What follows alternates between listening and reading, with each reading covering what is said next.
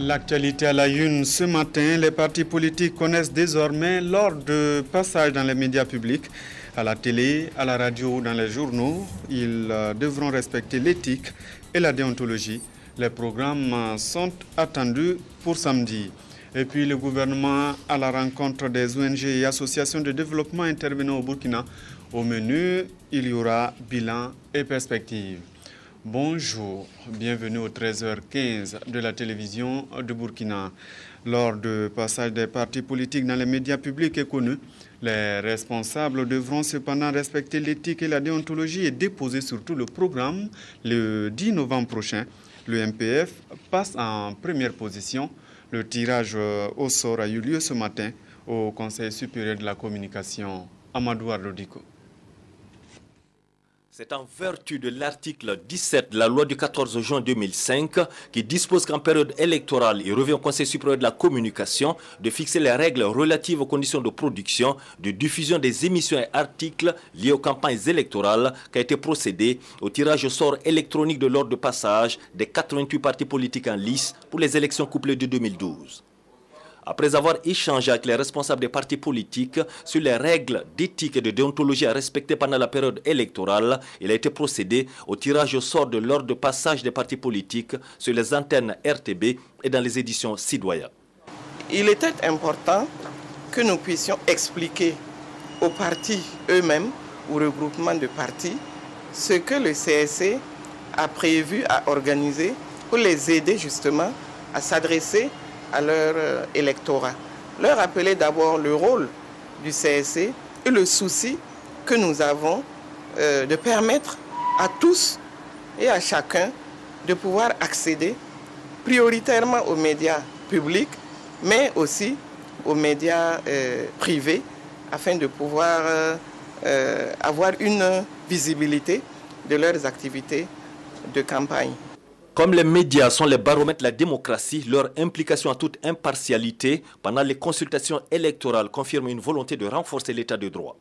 L'exercice de ce matin consiste à organiser le passage dans les différents médias afin que nous puissions véritablement savoir comment est-ce que nous allons nous organiser pour apporter notre plus à ce que cette campagne-là soit une campagne bien menée, bien couverte et que les médias sortent de cette échéance encore beaucoup plus grandie.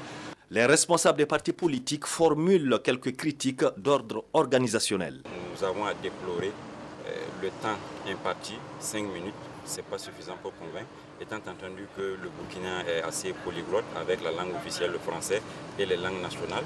Également, il y a les conditions même de travail, il faut le dire, des organes de presse, parce que s'ils n'ont pas les moyens pour pouvoir faire le travail convenablement, les organes de presse pourraient être pris à partie par les partis politiques qui auront à déplorer une faible couverture ou une absence de couverture.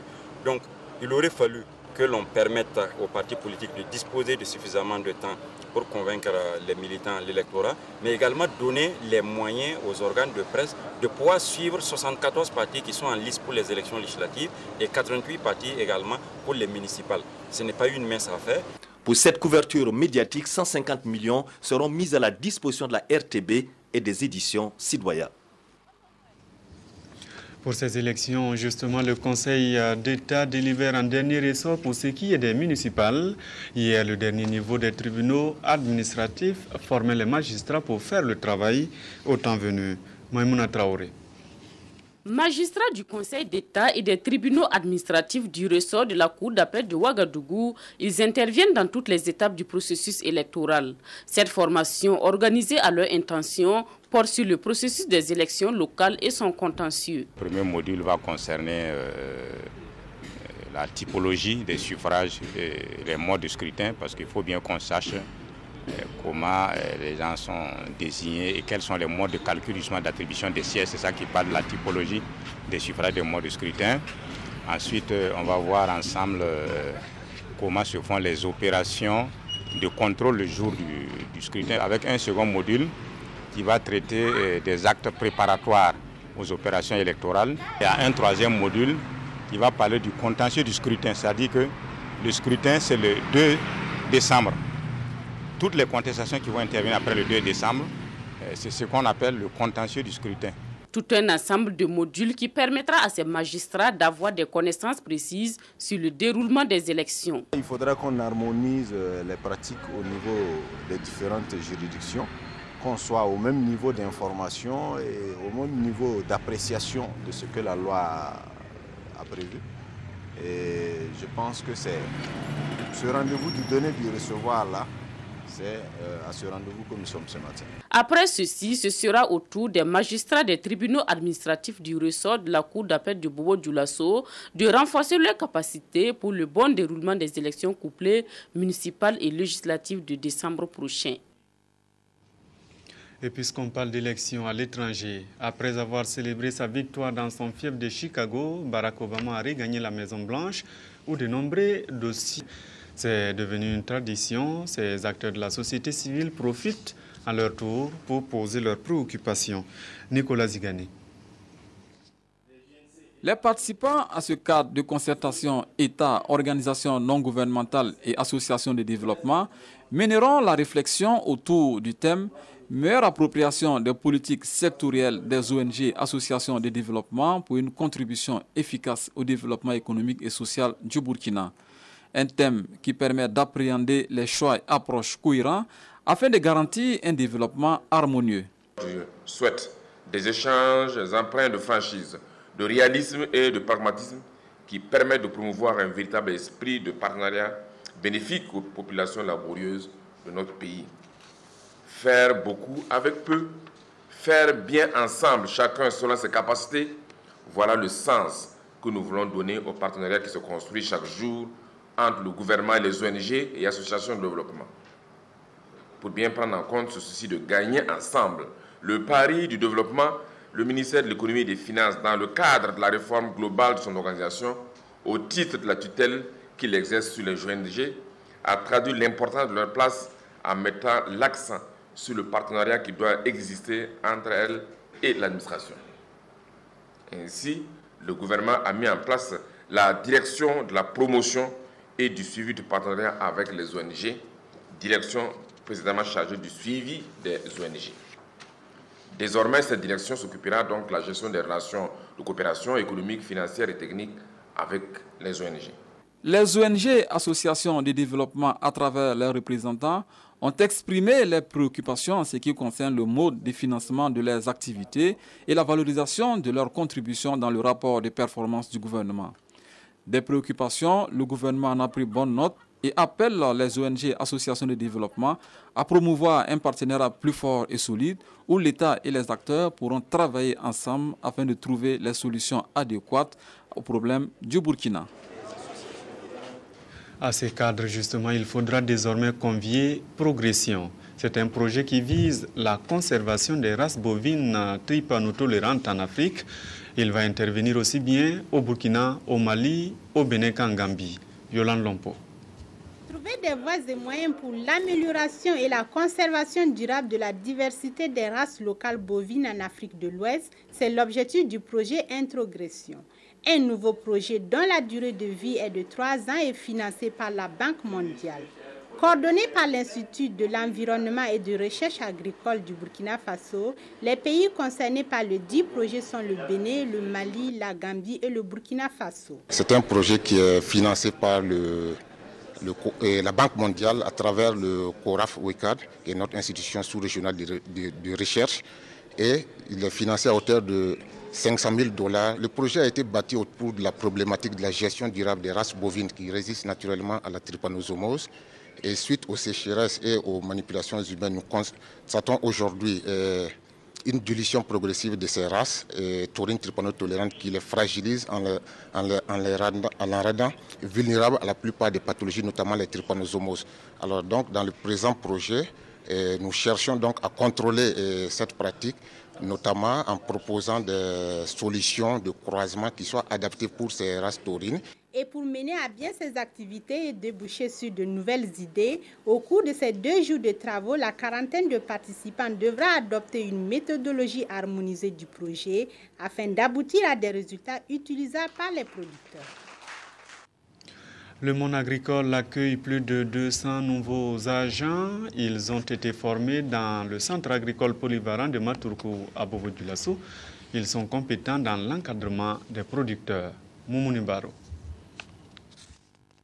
125 agents techniques d'agriculture, 77 techniciens supérieurs d'agriculture, 10 techniciens supérieurs de pédologie et 15 ingénieurs d'agriculture, soit au total 227 agents viennent de boucler leur cycle de formation. Après 2 ans pour les uns et 3 ans pour les autres, au centre agricole polyvalent de Matrukou, ces lauréats auront pour tâche de soutenir les efforts de modernisation de l'agriculture afin de garantir la sécurité alimentaire au Burkina Faso. D'où le thème « Diversifier l'offre de formation et les compétences techniques des acteurs pour une agriculture compétitive et durable au Burkina Faso », choisi pour cette promotion appelée promotion Kibaboum Isidore Da. Nous avons de très grands défis à relever pour les prochaines années dans le cadre de la mise en œuvre de la SCAD et de la mise en œuvre de du programme national du secteur rural. Défis en termes donc d'assurer la sécurité alimentaire, mais défis également en termes de créer les bases véritables de décollage économique à partir du secteur agricole. Alors pour cela, évidemment, il faut se donner les moyens. Et le premier des moyens, c'est nous assurer que le capital humain est bien formé. La formation s'est très bien déroulée avec beaucoup de difficultés, mais ils sont parvenus à la fin avec beaucoup de brio. Les lauréats se disent aptes à relever les défis qui les attendent sur le terrain. La formation, nous l'avons dit, nous sommes fiers vraiment de cette formation que nous avons trouvée de très bonne qualité. Elle a été aussi technique, pratique que théorique.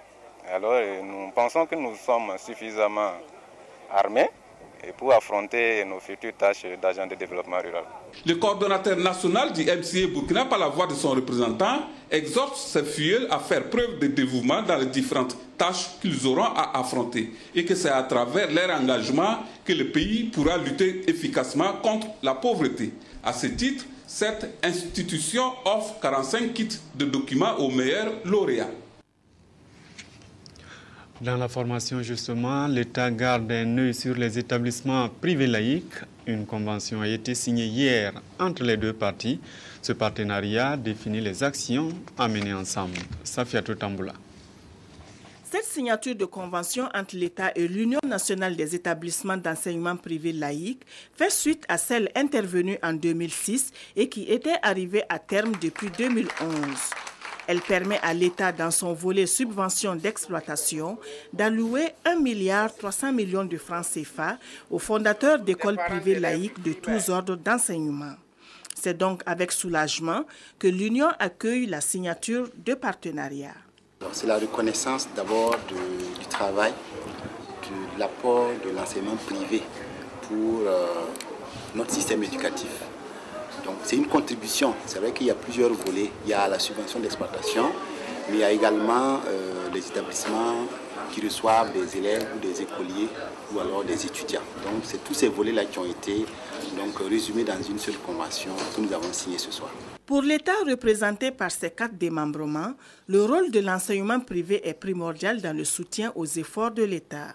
Cependant, pour obtenir un résultat optimum et un impact significatif sur l'éducation et la formation des jeunes, ces contributions diverses ont besoin d'être organisées. On ne peut pas mettre en œuvre ces mécanismes financiers s'il n'y a pas juridiquement des conventions qui sont signées, qui dénotent aussi de l'obligation que le secteur privé doit avoir pour veiller à la qualité, même en tout cas de l'enseignement qui serait donné aux enfants de la nation. Voilà donc comment on arrive par moment à réviser.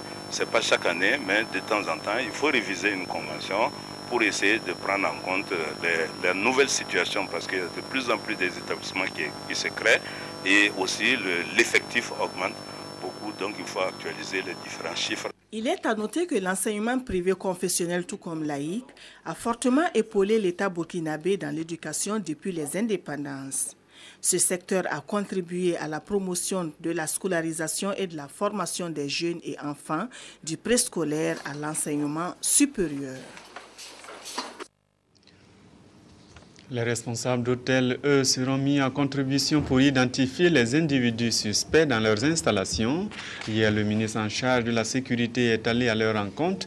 Il leur a demandé d'être vigilants car le contexte régional l'exige. Boukari Ouedraogo.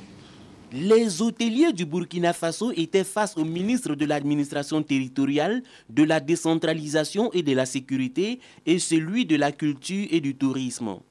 Objectif de cette rencontre, exposer aux responsables des établissements hôteliers des préoccupations en matière sécuritaire et partant les inviter à redoubler de vigilance à travers un certain nombre de mécanismes comme la vidéosurveillance, le dispositif de filtrage de la clientèle et un contrôle plus accru des bagages.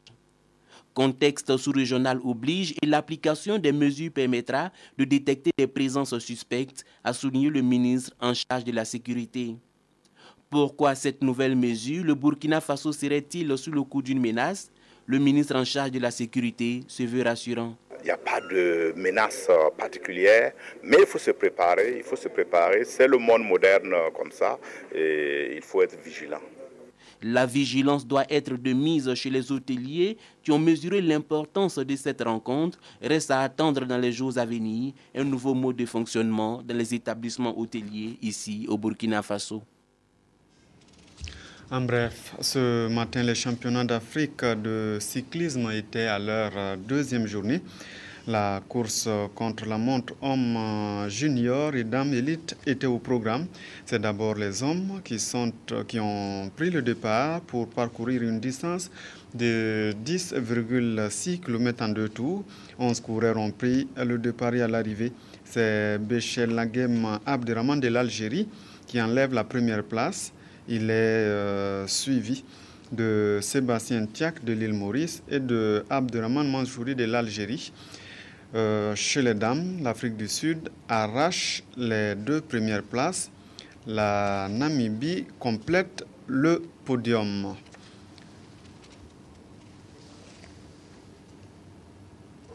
Ce journal est terminé. Merci de l'avoir suivi. À demain.